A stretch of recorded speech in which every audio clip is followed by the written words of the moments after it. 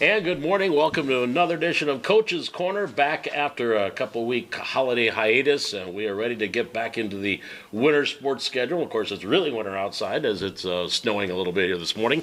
We're going to kick things off with Highlander boys basketball, and Coach Jim McDaniel joining us from the Highlanders. How you doing, Coach?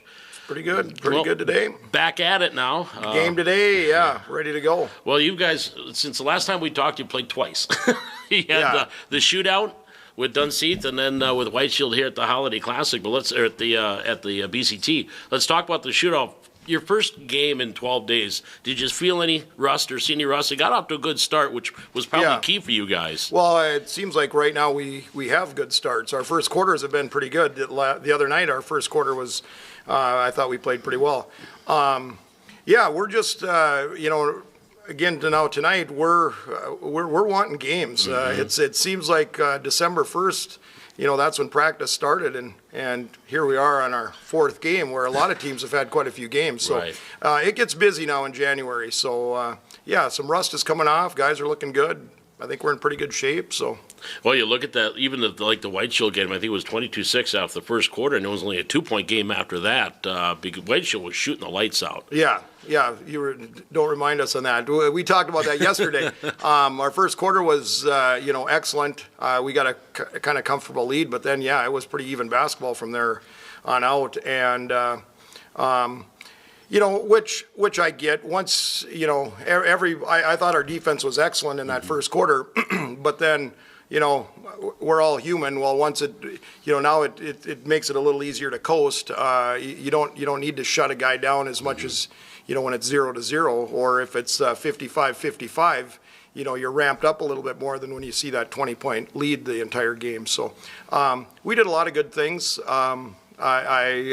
We talked about that, though, that we should have probably outscored them more than 2 points in the last three quarters. But hey, it's early. We're working on that. So how about conditioning? Because now you're on a little bit bigger floor. So did you feel that conditioning is pretty good? Yeah, I think. Yeah, I thought the guys were conditioned. And again, just everybody kind of knows from last year to this year, I don't play a whole ton of people. So we played six. We played six the other day, and.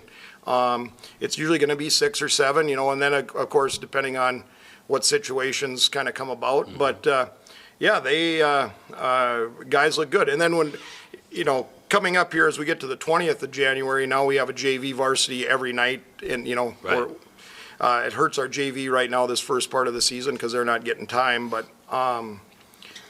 it'll be the same thing. We got 14 guys, so there's going to be 7 guys playing a whole bunch of JV and 7 guys kind of playing a whole bunch of varsity. So I thought we're in pretty good shape. And health-wise, you're doing okay. Maybe a couple, dings and nicks, but health-wise, okay. Yeah, health-wise, I'd say okay. We're not great. We got little things, but.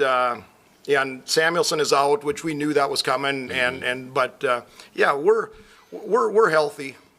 Yeah. Healthy-ish. Healthy, yeah. We're and again, we haven't had a sick bug or anything like that for games or anything like that. I'm crossing my fingers. We kind of stay away from that, but we're healthy, but we're not where sometimes you're just we have nothing going on. We got a few little things, but nothing major at the moment. Talk about health bug. I think it was Enderlin. Half the roster was scratched because they were out sick. For the BCT. Now tonight, Mayport CG. You get the Patriots. What do you see in the Patriots? No, they got Devano. Probably one of their main guy. Yeah. Well, watching that game the other night at the Barnes County, they played all 2-3. They pressed in a zone press, things like that, which we don't see a lot. So we talked about that yesterday. However, I'm not sure they're going to play us zone because you go back a week prior to that when they played Maple Valley, they played all man that game. So I'm not sure what they're gonna throw at us. Either way, I mean,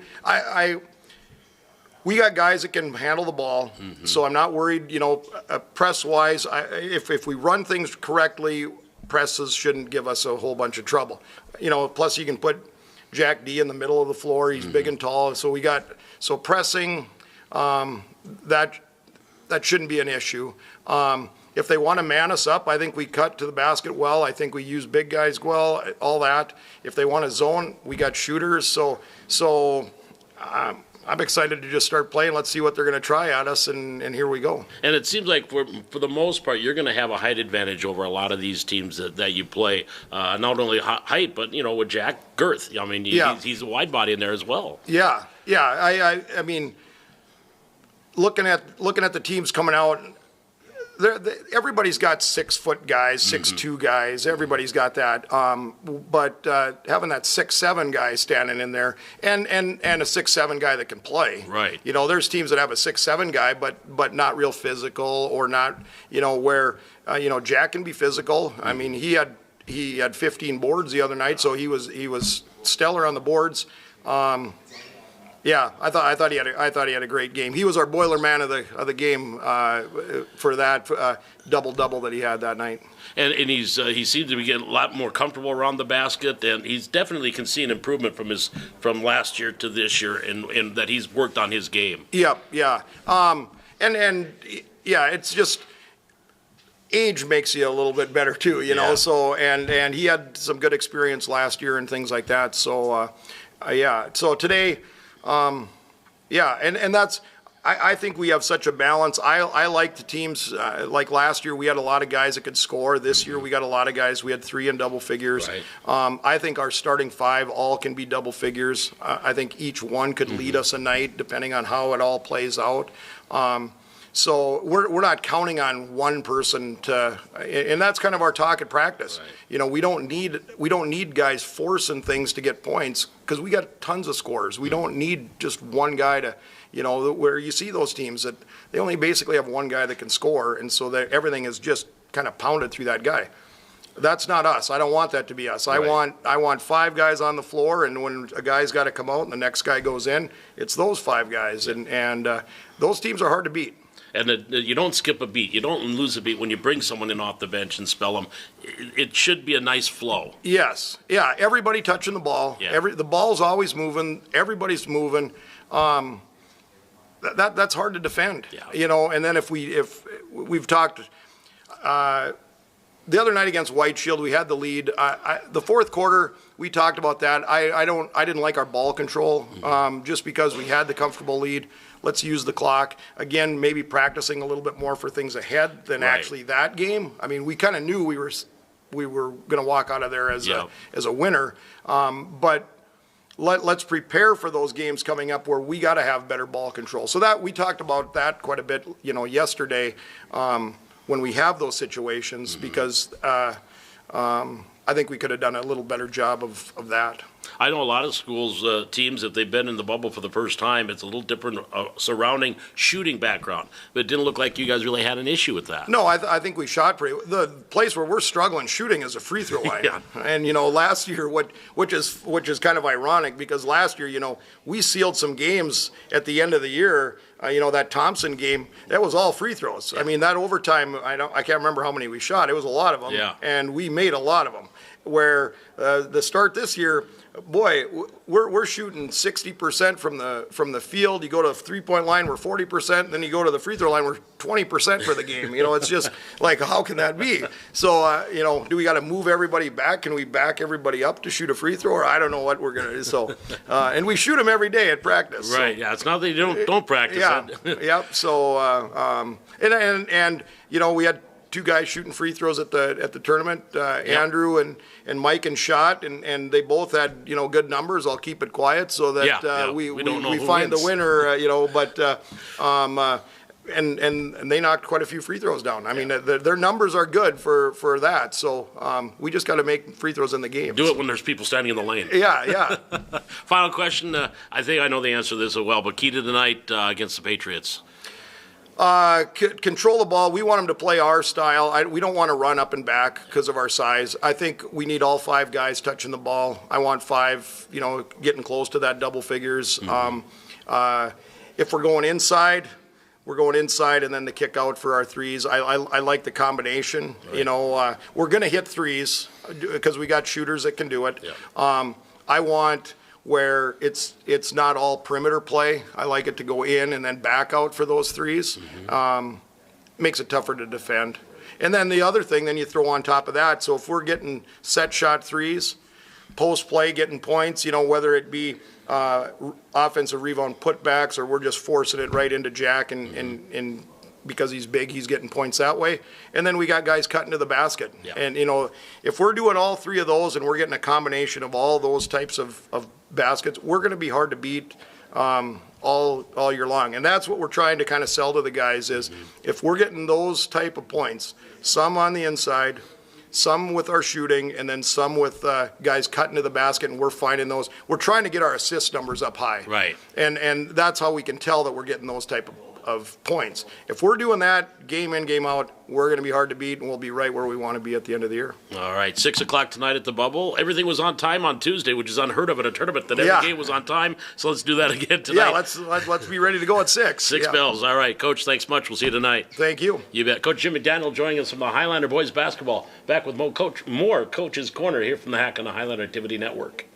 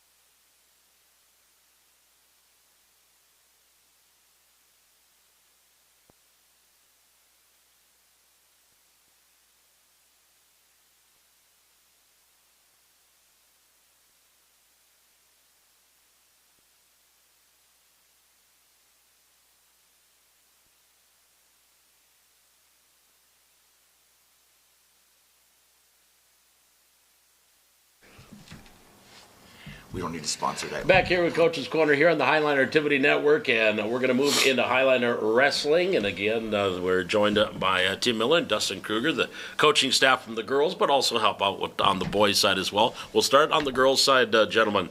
Rumble. At the Rumble with the Red, Miley Christensen gets the belt. First off, those are cool belts. Well, first off, they don't get to keep those belts. Oh, they don't. That's just picture, photo ops. Photo only. Yeah. Oh man! But overall, Rumble and the Red, how'd you think it went overall? It went well overall. We had 2 6th place and a first. Had the girls wrestled to the same out to 8th place like the boys did. We would have had 2 more placers, either 7th or 8th, depending on how that last match would have went. But they didn't wrestle out to 7th and 8th. So Catherine and Deegan would have placed 7th race also. Right. Also, we placed I think 12th out of 65 teams. Yep. Yeah. So just with the numbers that we have, we have 11 girls and I think 8 scorers only, or 7 or 8 scorers. We did awesome. I mean, to get 12th place there. For some of these the younger wrestlers, is this one of those opportunities to see a lot of good wrestling and just kind of feel what goes on at a big tournament like this? So just a good experience for them, regardless of what they did on the mat? Yeah, so, going into this tournament, there's 500 some girls. I think there's 528 or something like that I counted when I looked. And, when we were talking to them, we said, if you get 1 win here, that's an awesome job at this tournament, And we had a couple of girls go out and get a couple wins at this tournament, which we did not expect. I think we went 27 and 21 for matches. We won 27, lost 21. You think about that with 6 or 7 brand new kids on the team. Yeah. That's pretty dang good, to come out and do that. And they're learning it. They're starting to wrestle tougher. I want to win now. I know a few moves. I can go out there and do some stuff. They're starting to get to that point where I think they're really starting to enjoy wrestling and taking it in. And they're able to stand with some of the other newer girls that are in the Division II. Getting, you talk about the win or lose, but you get those first wins. Getting into that right side of the bracket, maybe a couple of wins in, and so maybe get to the round of 16 or the quarterfinals. Is that something too for the girls as a pride thing, or just a good confidence builder? Or I'm trying to word it properly, mentally. Hey, I'm one of the final or into the final 8, and or not. It's not on anything that they think about. It probably is. The more mature, the longer a girl's wrestled, she starts to understand how the brackets work. Right. And again, there's 2 different ways they can do well. They can do well through the backside of the tournament, by losing first match, second match, wherever. I don't know how much they think about where they're at in the bracket. If they do, they don't talk to us a lot about it. The older ones, I'm sure, understand the brackets. We use lingo sometimes, where we'll talk about the right side of the bracket, the winner side of the bracket, the consolation side of the bracket. The new ones probably don't get that, and when we have time, we'll slow down and explain it. But I think they all generally, once they start learning how to use track wrestling, and they look at the brackets, and they have to find themselves in the bracket to see where they're at, then they start to get it. But, I don't know as though they look at trying to get to the final 8 or the final 16, Right, anything right. like that. I've never really heard them talk about that, but I'm sure in their minds, yes. Or a matchup of a certain wrestler that maybe is in their bracket, and they're like, "Ooh, I really want." Like we were talking about. Unfortunately, Victoria didn't get a chance to wrestle here at the tournament, but she was talking about Tomac that she wanted to get the wrestle her, but couldn't. But is that something? She was like, "Ooh, that one from New Salem. I want to get a chance to, something like that, where they know wrestlers, not so much where they are in the bracket, maybe get a chance to wrestle a certain individual." Yeah, the longer the girls wrestle, they start to understand this wrestler, that wrestler. This wrestler could beat me. This is a dogfight match. Ooh, I don't want to wrestle that wrestler from Napoleon. Right. The longer they wrestle, they start to identify other wrestlers from other communities. And by the time they've wrestled for 3-4 years, a lot of them can name anybody that potentially could be their competition in the state. Let's talk about some of these younger wrestlers, like the Camden, Spencer, that are getting Bethany Schulteis, that are just kind of learning this. How have you seen them improve now? You've been together in the wrestling room for a couple of months. How have you seen them improve from that first day to now, middle of January?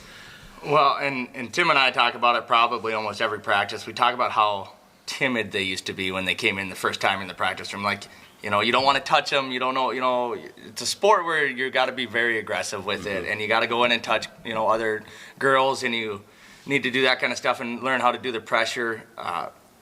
They're past that now. Like they're not worried about that anymore. They'll come in and not worry about hurting you. That was, I think, the main issue was they didn't want to hurt each other, and it's a thing you just got to get over. You're not going to hurt each other by falling on them and stuff like that. And once they got over that, they've, when they're going out and wrestling, they're not just throwing headlocks anymore. They're trying other moves before they might rip a headlock or something like that. So they're advancing their wrestling. Within the first couple of months here, it's been an awesome transition, just like what they're picking up. We got a few girls that pick up different things, right? Like Val, she knows how to, do an Iowa leg ride where most of our other girls don't even do that, and that's just something she kind of picked up on her own.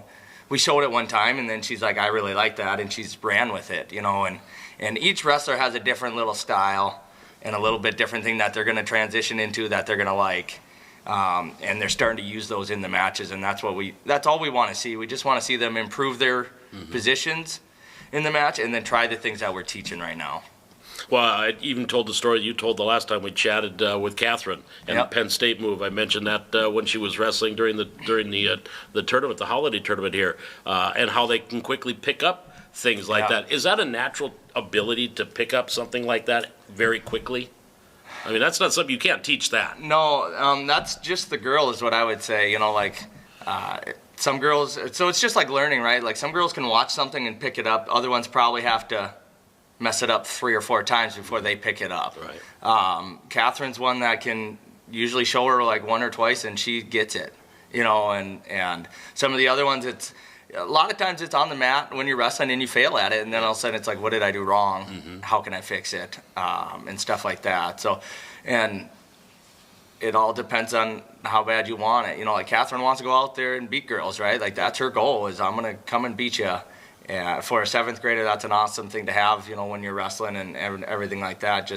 And she's not afraid of anyone or anybody. So, but yeah, it's a thing where I think they have to fail a few times before they figure it out. Like, okay, that's why it didn't work, and then move into it. Well, they say experience is the best teacher, so you get out there and do it, and that's how you learn. Now you got the Rotary coming up this weekend.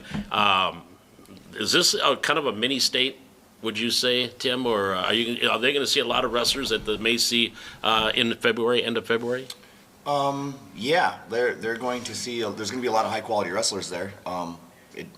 In addition to not just from our state, but South Dakota and Montana also have wrestlers there.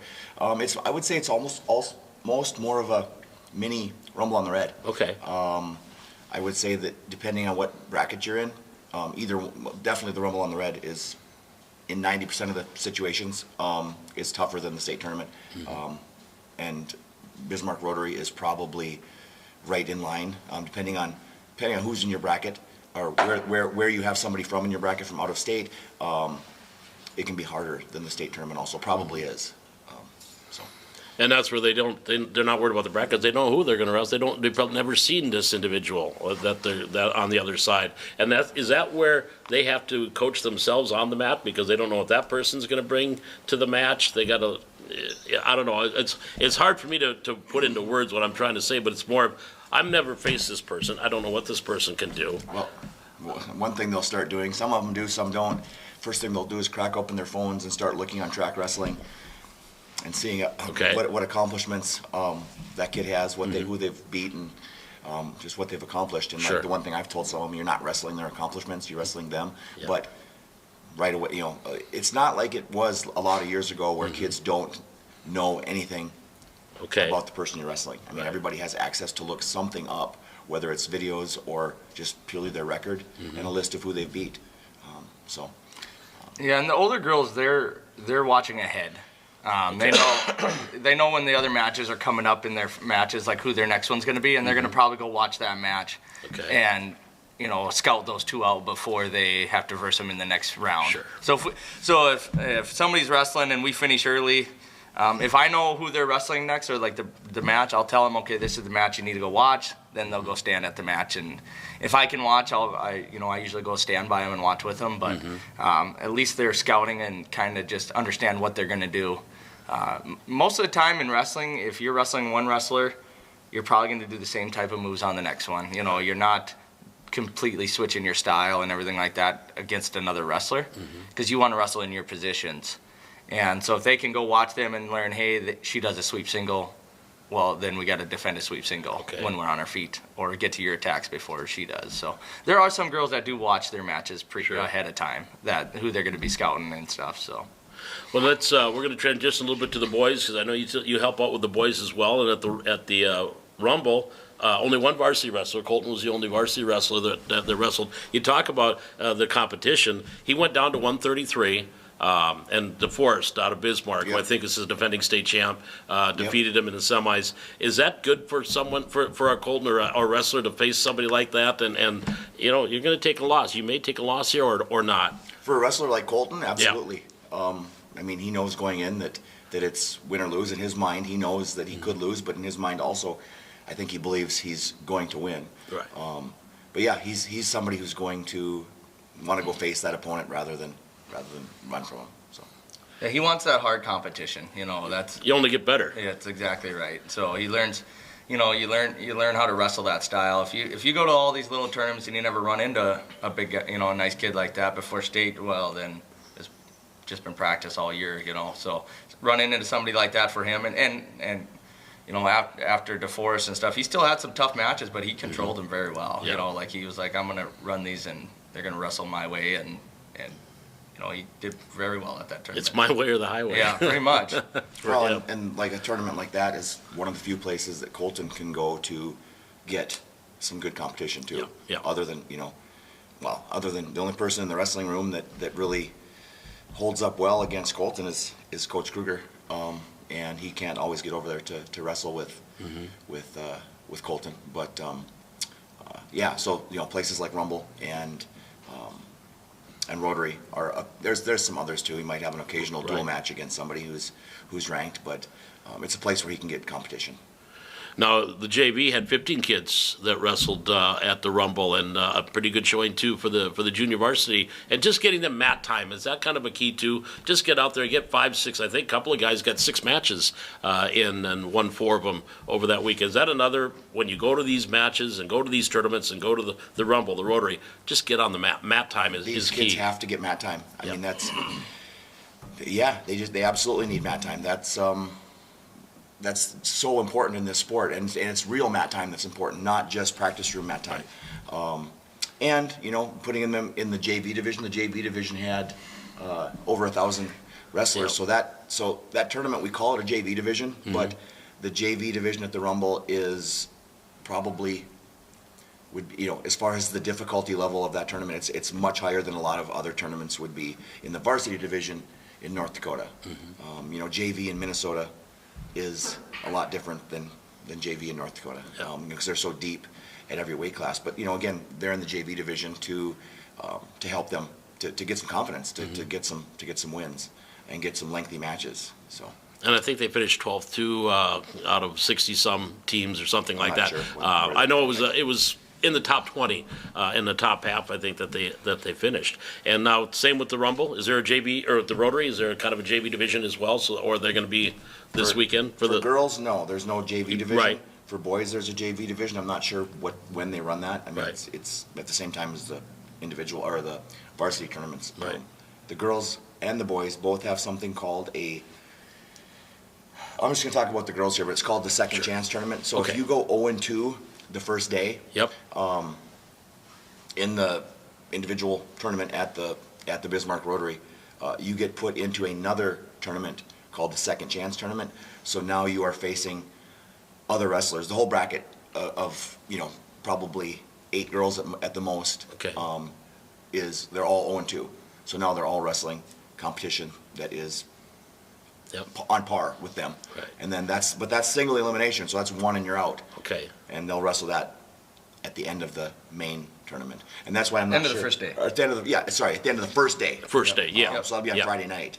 And I know that there's no JV in the girls division, and so there is a JV in the boys, but I'm not sure. It's wrestled on Saturday. Okay.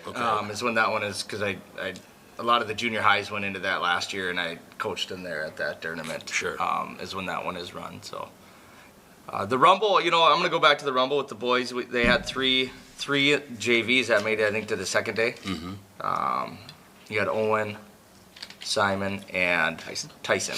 Yeah. And you look at that, what's nice to see about that is you got 2 young kids, ninth graders there that are, Owen's a ninth grader, Simon's an 8th grader, I think. But if you're able to make it to the second day at that tournament as a young kid like that, that's great, for them to be able to do that and keep wrestling. Like you said, you get those extra matches and everything like that, and it just goes to show how, tough those kids could be here. We already know they're both pretty good wrestlers and everything, and Owen, for being a 9th grade 285-pounder is, and how strong he is and everything, he's great at that weight right now and everything, and a good wrestler. But just, what those guys did to be able to get to that next day is pretty crazy to think, when you had 15 of the junior highs or JVs and only 3 of them made it to that next day. Yeah. So. You talk about Owen being a good wrestler, beating the number 3 ranked kid, Damari Williams from West Fargo here, pinning him here at the Holiday. He's a pretty good wrestler if he can do it. That. And I think that put something in Williams' brain, because I don't think he did very well after he lost that. I think he dropped his next 2 and he was done. But so coming up, the big one with Bismarck at the Bismarck Rotary starts tomorrow. We leave tomorrow. Starts Friday. Starts Friday. Yep. Yeah, today's Thursday, so it's... We leave tonight. Or tonight. You leave tonight, it's tomorrow, Friday and Saturday. Yep. And then we get back at it. And it's like you got something every weekend, because Store Hog is probably coming up here in the week after, or in a couple of weeks. Yep. And so it's got some duels thrown in there as well. But do you like duels, or are tournaments more advantageous for a team? Well, we don't really have enough girls at the right weight classes yet. Sure. To have a strong dual team. I would like to have more duels, but I don't want to go to duel somebody and then us only be able to fill 8 of the 13 weights and have 5 opens, and then 5 of their girls not get to wrestle, because you're only allowed so many events. You're allowed 16 events before individual regions, and so somebody probably in just a straight duel with us, another team's probably not going to want to use an event to only wrestle 8 matches against us. So yeah, our girls are bunched up, kind of all in at one weight class. Actually, almost we have 4 that are technically now because of the weight change after Christmas. After Christmas, every weight Too class lot. goes up 2 pounds. Yep. Well, now when that happened, we have another girl who was just hovering above that, who's now basically there. So now we have 4 of our 11 that are 130 pounds. So, Okay. but yeah, I love dual. I like duels better than tournaments. Yeah. And the wrestlers do too, because Yeah. you get to win as a team. You Yeah. know, it's not just go out and win as an individual at a tournament. You know, you're wrestling for yourself. Yeah, there's a team aspect in there, but you don't really think about that till after the fact. Where the duel, you're going out there fighting for your team. You know, fighting for your school. You're trying to win that duel as a whole, instead of just you still have the individual. I got to go win my match. But if I can win by pin instead of attack, that gives the team an extra point. You're thinking about that kind of stuff when you're wrestling.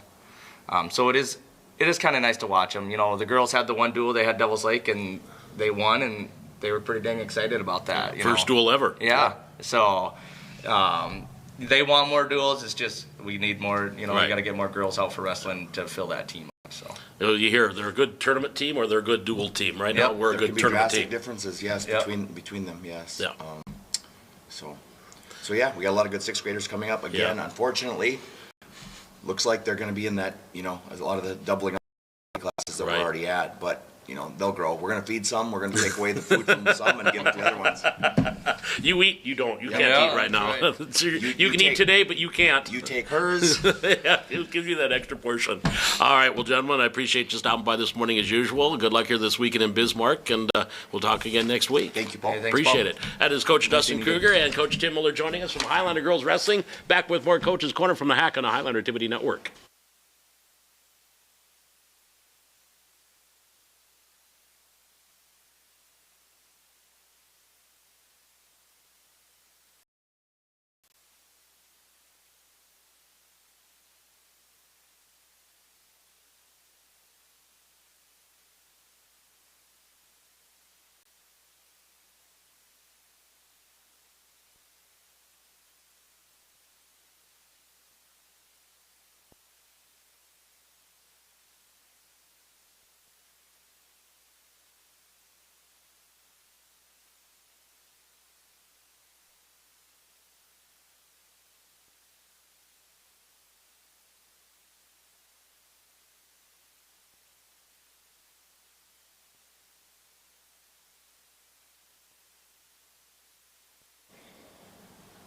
Back here on Coach's Corner on the Highlander Activity Network, and moving into girls basketball, and they're going to be up in Devil's Lake coming up this weekend. But talking with Coach Jimmy Howard from the Highlander Girls. How you doing, Coach? Good this morning. Good this morning. Good so far, anyway. Let's step back. Last time we talked, the JV had a couple of games at the shootout, and let's talk about that. Just those girls getting a chance. Now, a lot of those JV girls do get varsity time, too.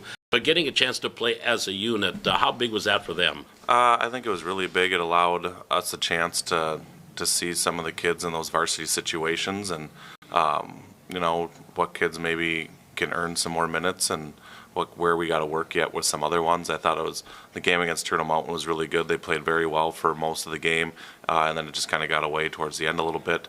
And then against Dunseith, learning how to just put a team away once you have it. And so I thought it was really good for them. I thought it was a good experience. And like I said, it was a chance to see them play in those situations and kind of be a non-pressure situation on our end. Next, your first game out of the break, Doubles Lake, what I called an instant classic, a real good basketball game, which is odd because last year, 2 blowouts, then a good game at the state tournament. But your thoughts on that Doubles Lake game? It's I told the girls it's what it should be. You have, if you're going off of seedings, right, you have the 2 versus the 3, but you had 2 pretty good teams. Varsity hadn't played in almost a month, and so I was a little nervous where we were going to be there with that, but I thought we did really well. We don't turn the ball over. We're really good, and we had some inopportune turnovers at the wrong times. We didn't close quarters very well, but I thought we played really well considering I feel like a lot of people feel 1 and 2 in the state are far above everybody else, and I think we kind of showed a lot of people that maybe they're not as far as ahead, but now it's on to the next game. Yeah, exactly. That one's done. Now we'll go to the next one. Next one was the Huskies, and you always seem to have trouble with Waupun. And you know, with Scout Woods, I thought she's been there for like 10 years, but she's finally a senior. But now I got to worry about Claire, her other younger sister. Now, Wapaton, a good game, a win, but another physical game. Yeah, you know, and I think it's good for us to play in those styles. You know, and when you get to the later in the season, you get to regions, and hopefully, you know, if you can make it to state, you know, the games are a little more physical. So it's good for us to get through those right now. I didn't like the way we played in the first half. Missing assignments, defensive rotations, energy. We responded in the second half after some adjustments made at halftime, and you know, came out and got ourselves a lead, and then were able to just kind of hold that throughout the rest of the game. Are you still looking for maybe a third or fourth scoring option? Because you know you're gonna Katie and Sky down low, but you're looking for that number 3 and 4. Yeah, you know, we've asked Coda to do a lot of different things. Last year, she was probably more in a little bit more of a scoring role. This year, we've asked her to be a little bit more of a facilitator, bring the ball up, be the point guard, initiate the offense, which sometimes means you don't get the ball back, just depending on where you go and advantages. So her scoring, you know, looks a little bit different. But I really like what she's doing for us. She's controlling the offense very well. When she does drive, she's become a willing passer versus trying to maybe force some shots up, setting up her teammates, which I think eventually will open some stuff up for her here down the road. Maddie Anderson, it's you know, if she's hot from 3, you know, you're going to get that scoring, but a very smart player as well. And I think we understand, like, if we're not getting it from the outside, okay, we're getting in the paint, and we're okay with that. And hopefully, you know, if we got it going from the outside, then our posts are okay with our guards kind of controlling the game during the night. But yeah, we don't want to be a 2-team or a 2-player scoring bunch, but you know, and I don't think we really are. You know, Coda's given us 9. Maddie's had some big games. I think she's averaging about 8 or 9 a game as well. So we're right there with those 4 in double digits. Right, we're getting close, and you're getting the bench too. You're getting good bench play from those that spell those starters. Yeah, you know, I know the bench it's been a little short of the last 2 rotations, and so, you know, getting some of the kids, we've got some kids banged up, and you know, and we got to get healthy and back, and so. You know, hopefully our bench can continue to grow, but they've given us good minutes, whether or not it's scoring or assists or defense or what it might be, but our bench play has given us really good minutes here. You got to have your head on the swivel with some of these girls. They do like the no-look passes, and so you got to be watching that ball at all times. Yeah, we move the ball really well. I think we've shared it really well this year so far. It hasn't really gotten stuck anywhere, and so I really like that. The girls, it's hard to guard teams that move the ball well, and so when you're willing to move it and play team basketball, it just makes you really hard to guard. We got Rugby and Shiloh Christian, the 2 teams you're playing up at Devil's Lake. Rugby, did you see them at a scrimmage earlier this year? We did. Scrimmaged them a little bit, you know, and then we were, I mean, if you looked at our team up at the scrimmage, you'd have been like, oh, it might be a rough year, you know. I don't think our scrimmage was anything great, but we've looked much better since then, you know, so Rugby is going to be a little bit different as well. Caught their game against Carrington, and so watched a little bit of film, and we know what we're going to be stepping into here. So, you know, and then it's a quick turnaround, and then you get Shiloh next. And we saw Shiloh here, so we were able to see them a little bit, but I know that they were just coming off of figuring out who they are without a couple of their guards. So they're going to be a different team as well on Saturday. But situation, once again, where you're, you know, if you're in region play or, like I said, lucky enough to make it to state and you play back-to-back, there's not a lot of time to get ready for the next team. And so this is a good opportunity for us to play 2 teams in a row and try to just play our game and try to dictate tempo and things like that. And it seems like you're in good condition and in good shape physically, too. Yeah. You know, I don't know if we're quite where we want to be yet, but the girls have responded and pushed through, and they're working really hard. Yesterday I was a little concerned that we weren't going to have anyone left healthy. It seemed like we couldn't get out of our own ways. We were just hitting everybody. So, you know, and you got to find a balance between making sure we're in shape and making sure that we can remain healthy and not run out of gas at the end of the season. And then what worry about next week? Next week, Devil's Lake, because it's a long trip up there, leaving tomorrow, obviously, and then Rugby and Shiloh Christian. What can this team, as you look now towards January, can we get better at? I would say consistency, making sure that defensive rotations are consistent, rebounding is consistent. We could use some consistency on the offensive end. It seems like either we're hitting from the outside and very difficult to defend, or it's all in the paint and we can't make an outside basket to save our lives. So there, some improvement at the free throw line, shooting a little bit better percentage from there. But overall, I really like where we're at. And just staying consistent, I think, is the big thing for us.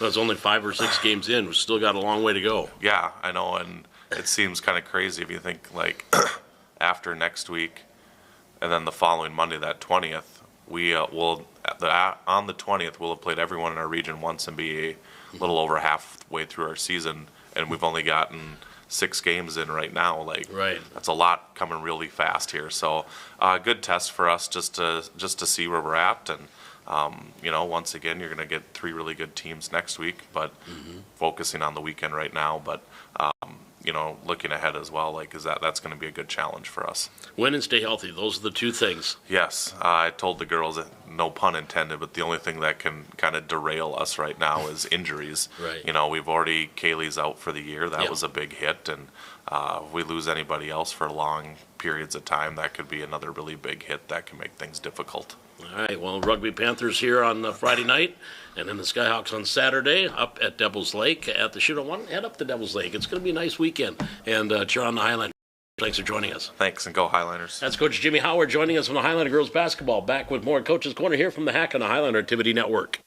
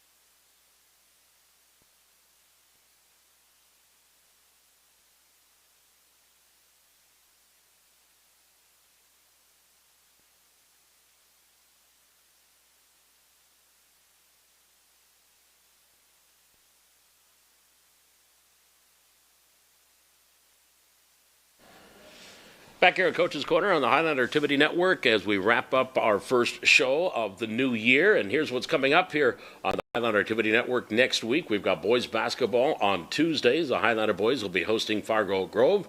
And then on Thursday, the girls will get a rematch with Northern Cass. Of course, I already saw the Jaguars once at the BCT in December and won that game. And now they will get the Jaguars here on Thursday. Next Thursday, the 16th, here at the Hack. And don't forget, also next week on Friday and Saturday, Valley City is hosting robotics tournament here at the Hack. And we will have video streaming coverage of that robotics tournament. Again, next Friday and Saturday, the 17th and 18th, we'll have coverage of the Highlander Robotics team here at home. So that'll be coming up, what we have on the schedule. And again, to find out what we have and to check out our schedule, just go to our YouTube page and search Highlander Activities or Highlander Activity Network on YouTube. And we've got what our schedule is, everything that's coming up, and of course, as usual, everything that we have done in the past. You can go back and look at it and watch it over and over and over. And you want to watch that Devils Lake game because that was a good one. Yes, a 2-point loss, but a dandy one against the Firebirds here last week. Well, that's going to wrap things up for today's show. I want to thank our guests today, Coach Jim McDaniel from Highlander Boys Basketball, Coach Tim Miller and Dustin Kruger from the Highlander Girls Basketball, Girls Volleyball, Girls Wrestling, we'll get it right, and also Coach Jimmy Howard from the Highlander Girls Basketball team. And, of course, one thing we got to do yet, we got to do a birthday shout-out.